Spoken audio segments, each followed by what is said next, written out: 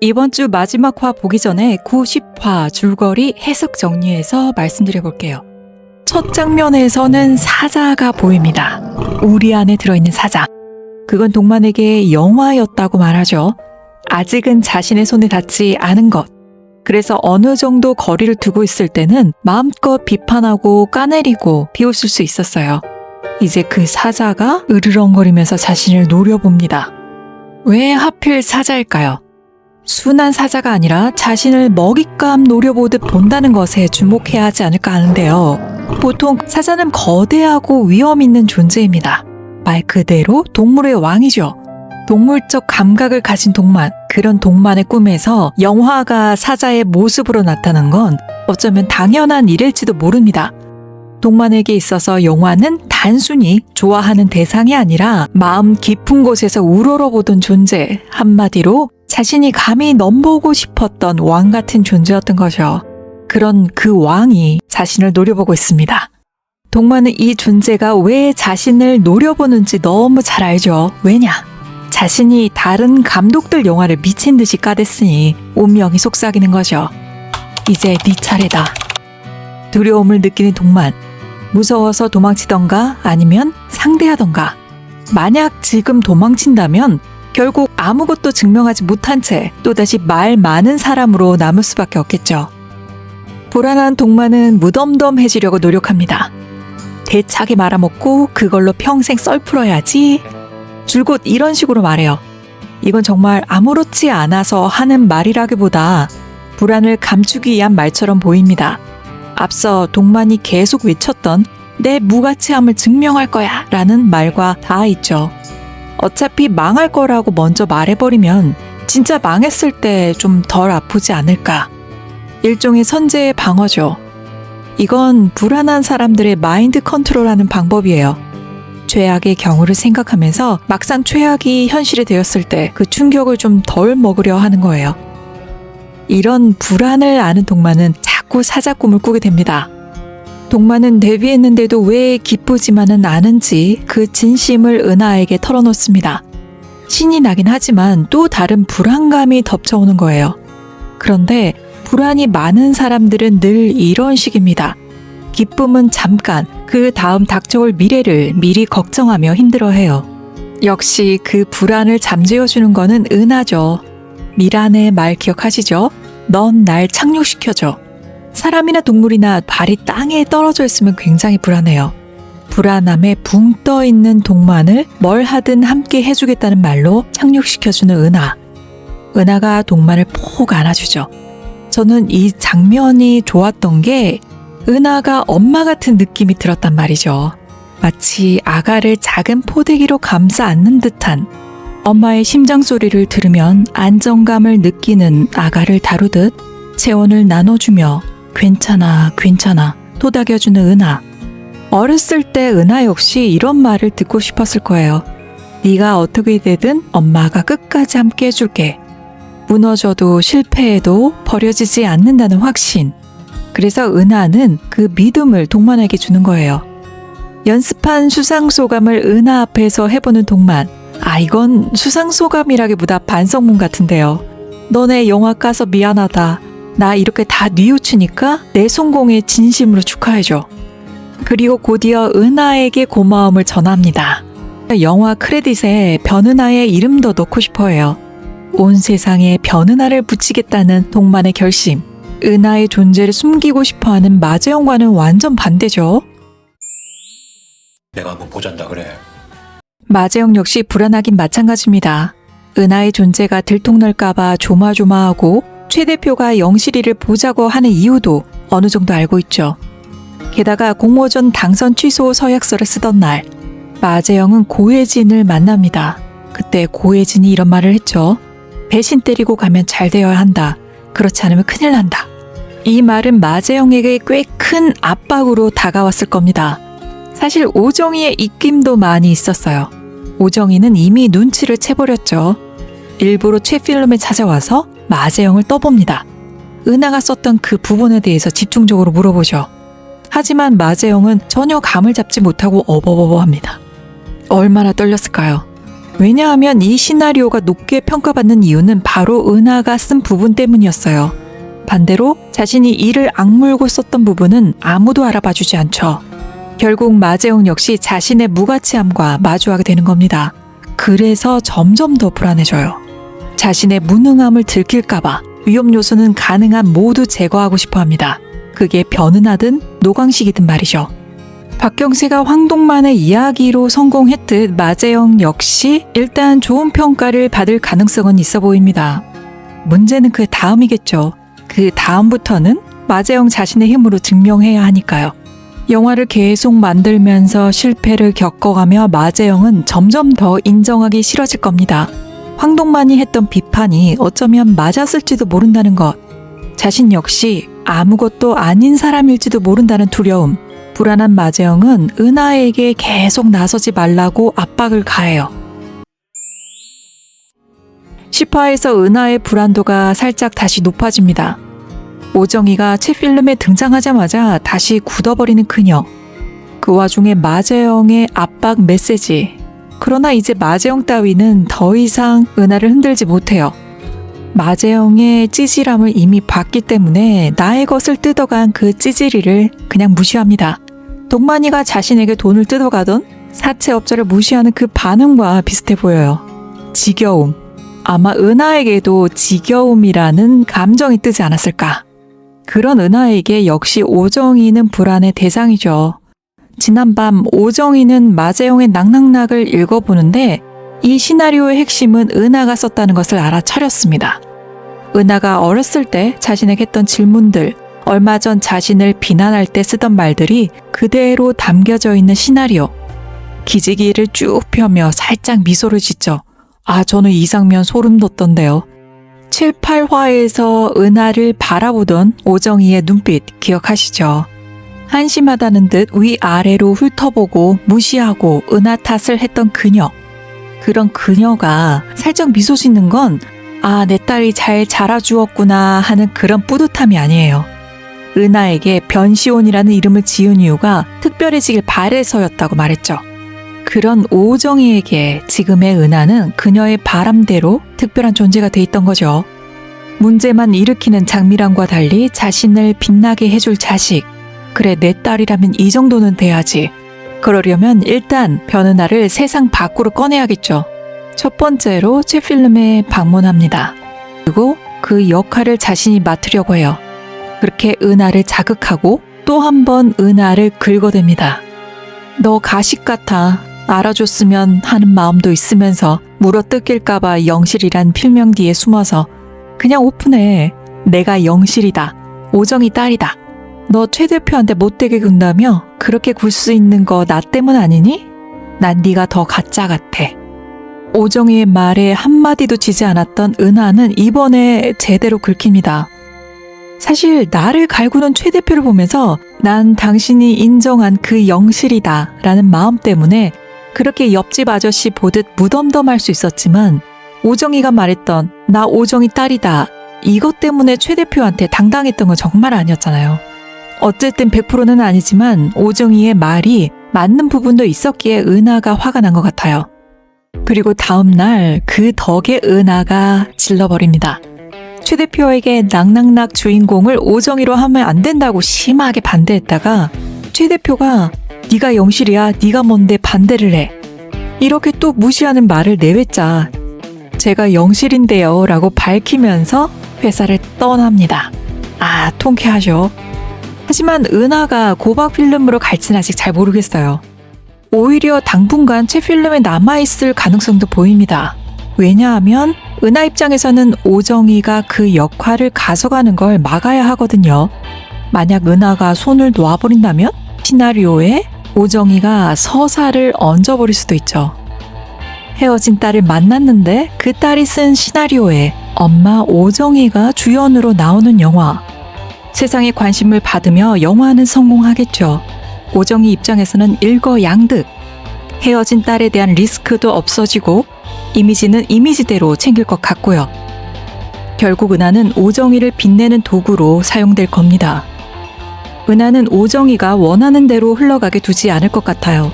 그래서 당분간 고박 필름에 남아있을 것 같아 보여요. 예고를 보니 영실이가 너라는 걸 밝히지 말자는 최 대표와 뜻이 맞을 수도 있겠어요. 비록 그 의도는 서로 다르지만 목표만 같다면야. 동만의 고민도 깊어갑니다. 시나리오의 주인공에게 악의 디테일이 하나 더 필요한 상황. 그 악은 말만 세게 해선 안 된다는 거죠. 그 하나가 무엇일까? 여기에 고민 하나가 더 있습니다. 노강식을 주연으로 캐스팅하고 싶은데 방법이 없어요. 그런데 강식을 만날 기회가 왔어요. 선배 어머니 장례식에 갔던 8인회. 그곳에 노강식이 있습니다. 그날 노강식은 기분이 별로 좋아 보이지 않았습니다. 그런데 동만은 그런 분위기를 읽지 못하고 자신의 목표를 향해서 다가가요. 기회를 잡아보려고 들이대죠. 하지만 돌아온 건 기대했던 반응이 아니었습니다. 노강식은 동만을 향해서 아주 잔인한 말들을 쏟아내요. 네가 뭔데? 감히 나에게. 이런 말들은 동만의 불안을 다시 작동시킵니다. 그렇죠. 아무리 좋은 일들이 일어난다고 해서 인생은 한 번에 바뀌지 않아요. 나를 힘들게 하는 일들이 매일매일 생깁니다. 오늘은 잘 견뎌냈다 싶어도 또 어느 날 다른 불안이 또 나를 덮칩니다. 동만에게는 오늘의 그 노강식이 그런 존재예요. 시나리오까지 집어던지는 노강식을 보며 동만의 불안은 터지고 맙니다. 버스를 타고 돌아가는 동만. 그런데 그 모습이 참 불안해 보였죠. 가만 앉아있지 못하고 몸을 앞뒤로 흔듭니다. 마치 마음이 붕 떠있는 사람처럼요. 버스의 손잡이를 꼭 잡고 있는 모습도 떠버린 몸을 붙잡기 위해 안간힘을 쓰는 것처럼 보였어요. 그 불안은 집에 와서도 계속됩니다. 불 꺼진 집, 동파된 수도, 온 집이 물에 잠겨가고 있는데도 동만은 그 자리에 앉아 자신의 감정에 매몰되고 맙니다. 이때 동만에게 필요한 건 자신을 착륙시켜줄 은하. 하지만 동만은 그 시간을 그대로 견뎌냅니다. 동만은 아는 거죠. 스스로 극복할 줄도 알아야 된다는 사실. 다음날 멍한 표정으로 형에게 인생의 목적이 뭐냐고 묻는 동만. 싱겁게 버릴 수 있는 것 다 버리고 어디에도 진하게 들러붙는 것 없이 싱겁게. 이런 말을 하는 이유가 있었어요. 며칠 전 시나리오 당선 결정이 확정되고 너무 좋아하는 동만을 보자 걱정이 되는 진만은 인생에 너무 몰입하지 마라 라는 충고를 해요. 이건 다 경험에서 나오는 충고였어요. 진만은 시인으로서 좋은 평을 받는 사람이었습니다. 진만도 굉장히 몰입을 했을 거예요. 동만이처럼요. 그러나 자신 딸의 행방을 몰라 울부짖는 와중에도 직구절이 떠오른 만큼 몰입했던 진만. 그러나 그런 자신이 지금 혐오스럽고 고통스럽죠. 그런데 진만이 동만에게 했던 그런 비슷한 말을 오정희가 장미란에게 합니다. 미란은 작품의 캐릭터에 깊게 빠져드는 경향이 있어요. 미란도 동만처럼 몰입하는 스타일이죠. 그래서 이번 로맨틱 작품도 너무 몰입한 나머지 미란이 남자 주인공을 좋아해버렸다는 것. 분명 썸도 있었는데 자신을 거부하는 남자를 견디지 못하는 미란. 그리고는 오정희에게 나 이번에 진짜로 했단 말이에요 라고 소리치는데 그 말을 들은 오정희가 연기 진짜로 하지 마. 진짜처럼 해. 그런데 오정희가 좀 좋은 사람이었다면 이 말도 좋게 들렸을 텐데 저는 좀 소름이 돋았던 게 이제야 오정희의 행동이 이해가 가더라고요. 오정희가 은하가 나가버린 문에 대고 진심을 털어놨던 적이 있었죠. 나한테 진짜 상처였던 건 네 아빠가 첫사랑에게 돌아갔다는 거야 라면서 울면서 얘기를 했어요. 그러다 갑자기 눈물을 싹 닦고 대표에게 가시조했던 장면. 오정희 역시 매몰되는 것을 극도로 경계하는 것처럼 보입니다. 진짜 감정을 경계하는 인생. 잠깐씩 진심이 터지긴 하지만 그걸 금세 닦아내는. 어쩐지 오정희가 하는 말과 행동은 진심이 아니라 연기 같다는 생각이 들었는데 이게 오정희가 자신의 불안을 감추는 방법이구나. 이제야 이해가 되는 것 같아요. 다시 진만의 이야기로 돌아가자면 진만은 그렇게 몰입하다가 깊게 상처받은 자신의 경험으로 동만이 그런 상처를 받게 되지 않을까 걱정해서 했던 말이었습니다. 혹시 황솔매라는 이름 기억하실까요? 지난 배추밭에서 지망생들 중 한 명이 황솔매 작가가 쓴 시가 진만의 것과 비슷하다고 이야기한 적이 있었죠. 그건 진만의 필명이 아닐까요? 황솔매. 육화에서 진만이 자살을 시도하기 전에 소나무 옆 나뭇가지에 있는 새를 바라보며 밝은 표정을 지었던 적이 있었어요. 그리고 날아가는 새를 부러워하듯 쳐다보기도 했죠. 황솔매라는 이름에는 진만의 바람이 담겨져 있는 듯 보입니다. 어디에도 오래 머물지 않고 불면 지나가고 날고 싶으면 날아가고 싶은 이름. 인생에 너무 몰입하지 말라던 진만. 진만은 시를 그만뒀다고 말하면서도 자꾸 19절이 떠오르고 시를 쓰고 싶어하는 마음이 들고 결국 시에 붙잡혀 있는 사람입니다. 은하가 영실이라는 이름 뒤에 숨어 있듯 진만 역시 황솔매라는 이름 뒤에 포기 못한 시를 계속 쓰고 있었던 것이 아닐까 그런 추측을 해봤어요. 지나치게 몰입했던 황진만 이름을 버리고 떠나고 싶을 때 언제든 그만두려는 의지. 그런데 미정이 황진만의 시에 감동받았다고 했을 때 진만은 자신의 시집을 펼쳐보며 다시 읽어보죠. 아마 미란 덕에 자기 혐오를 멈추고 다시 진짜 이름으로 활동할 수 있지 않을까 그런 기대도 해봅니다. 한편 동만이 없는 아지트 식사 한 끼를 하던 8인회 술 한잔하며 쓸데없는 잡담을 나눕니다. 그러다 박정민 작가는 혜진에게 저는 박경세 감독님이 잘 되기만 한다면 제 팔도 팔 것 같아요 라는 말을 하죠. 고혜진은 사실 그 전부터 남편의 변화를 눈치채고 있었어요. 박정민 작가와 만난 이후부터 작업실에서 웃음소리가 터져 나오고 고루하고 지루했던 글이 눈에 띄게 좋아졌어요. 경세는 원래 칭찬에 춤을 추던 사람입니다. 고혜진은 경세를 계속 다독여주고 칭찬해주고 그래왔을 거예요. 하지만 어느 순간부터 경세의 글은 고루해지고 진부해졌습니다. 혜진 역시 경세를 다독이고 칭찬을 하기보다 팩폭을 날렸었죠. 왜냐하면 혜진은 회사를 운영하는 사람입니다. 계속 동만을 의식하면서 찌질하게 구는 경세. 혜진의 입장에서는 그런 박경세가 한심하고 실망스러울 거예요. 많이 지쳤을 겁니다. 게다가 혜진이 더 정이 떨어졌던 게 황동만이 잘 되길 싫어하는 것. 그렇게 되면 고혜진이 망하는 길인데도 자신만의 감정만 앞세워 황동만만 망한다면야. 부인이 망해도 상관없다는 경세의 생각을 한 혜진은 허무함과 공허함이 느껴졌을 거예요. 하지만 동만에게 털어놨던 경세를 존경한다는 마음은 분명 진심이었습니다. 혜진은 아마 이런 생각도 했을 것 같아요. 아, 내 옆에서 박경세는 더 이상 클 수 없겠다. 경세는 칭찬을 해줘야 글 잘 쓰는 사람인데 내가 그걸 못 해줬네. 분노, 공허함, 질투, 후회가 뒤섞인 감정. 그래서 박정민에게 너 가질래? 하는 말이 그렇게 나온 것 같아요. 하지만 박경세는 혜진을 놓지 않을 것 같습니다. 경세 역시 혜진에 대한 사랑은 지극해요. 혜진은 화가 나면 참을 시도하죠. 지면 뿅망치로 맞아야 하는 경세. 경세는 그동안 그 게임에서 한 번도 이긴 적이 없어요. 알고 보니 경세는 늘 맞아주기만 하고 있었습니다. 스스로를 잘 알고 있었기에 맞아준 거죠. 그게 박경세식 사랑이 아닐까 그런 생각이 들었어요. 고혜진으로부터 은하가 황동만의 시나리오를 봐줬다는 말을 들은 최 대표. 이때 최 대표는 불안해집니다. 자신이 깔보던 황동만의 성공, 그 뒤에 변은하가 있다. 평소 최 대표는 말단 직원에게 밀릴까봐 불안해하고 그 불안을 감추기 위해 비아냥대고 자신은 다 안다는 듯 거들먹거립니다. 강해 보이기 위해 못된 말을 퍼붓는 사람이죠. 이번에도 최 대표는 은하를 건드렸고 은하가 영실이란 사실을 알았을 때 그 벙찐 표정.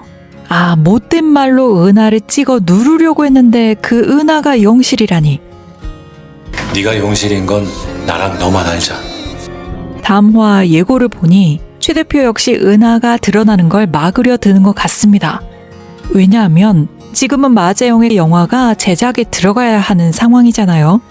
여기서 은하의 존재가 드러나면 마재영의 불안도 같이 건드리게 됩니다. 최 대표 입장에서는 그 위험 요소를 굳이 터뜨리지 않고 싶어 하는 거죠. 하지만 은하가 동조하든 안 하든 결국 이 진실은 오정희에 의해서 드러날 가능성이 커 보입니다. 아지트에 온 노강식은 최 대표에게 계속 전화를 겁니다. 하지만 이미 오정희로 바꾸기로 마음먹은 최 대표는 노강식의 연락을 계속 피하고 있어요. 노강식은 불안해합니다.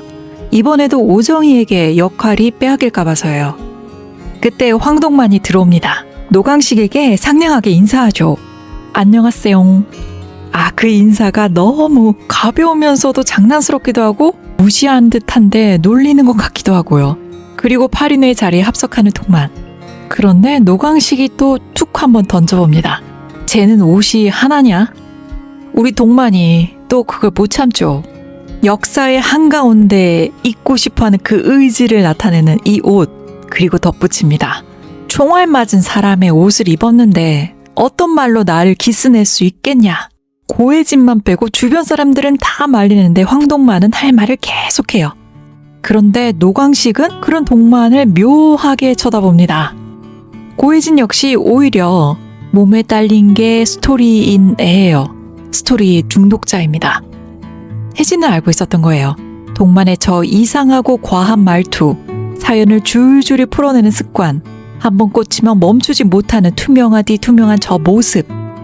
고혜진은 아마 노강식이 동만의 본 모습을 본다면 분명 좋아할 것이라는 생각을 하지 않았을까. 노강식은 갑자기 마음을 바꿉니다.